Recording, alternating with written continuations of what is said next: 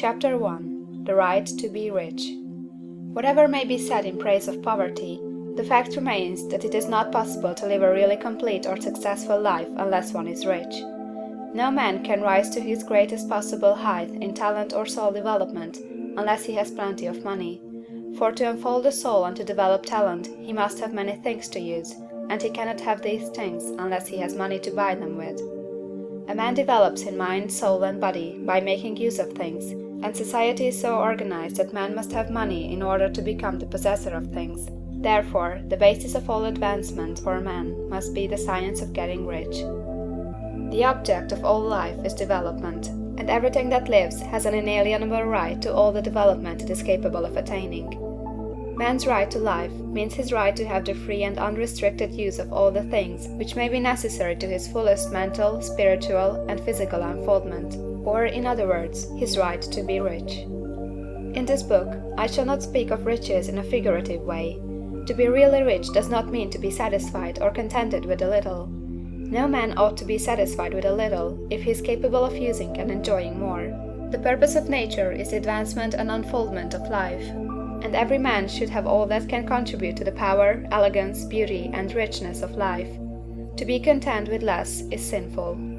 The man who owns all he wants for the living of all the life he is capable of living is rich, and no man who has not plenty of money can have all he wants. Life has advanced so far, and become so complex, that even the most ordinary man or woman requires a great amount of wealth in order to live in a manner that even approaches completeness. Every person naturally wants to become all that they are capable of becoming. This desire to realize innate possibilities is inherent in human nature.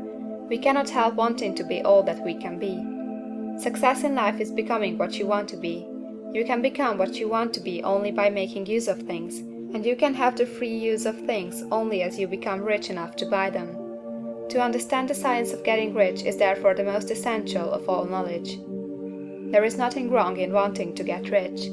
The desire for riches is really the desire for a richer, fuller, and more abundant life, and that desire is praiseworthy.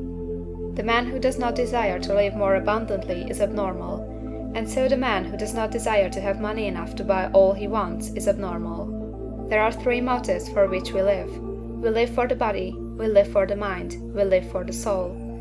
No one of these is better or holier than the other.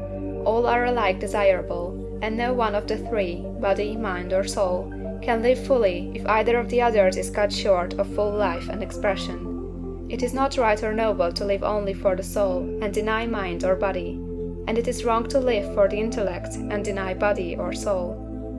We are all acquainted with the loathsome consequences of living for the body and denying both mind and soul, and we can see that real life means the complete expression of all that man can give forth through body, mind, and soul.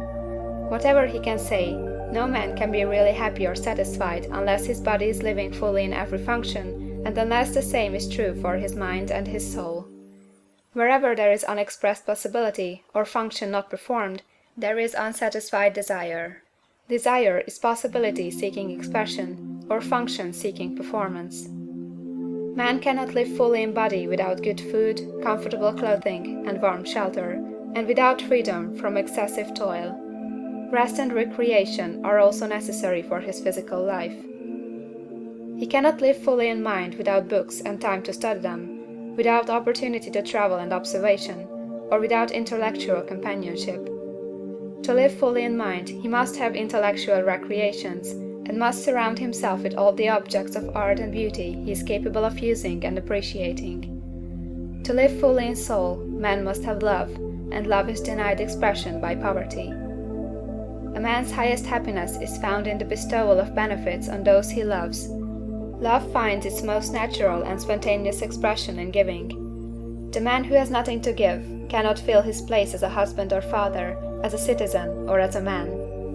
It is in the use of material things that a man finds full life for his body, develops his mind, and unfolds his soul. It is therefore for supreme importance to him that he should be rich. It is perfectly right that you should desire to be rich. If you are a normal man or woman, you cannot help doing so.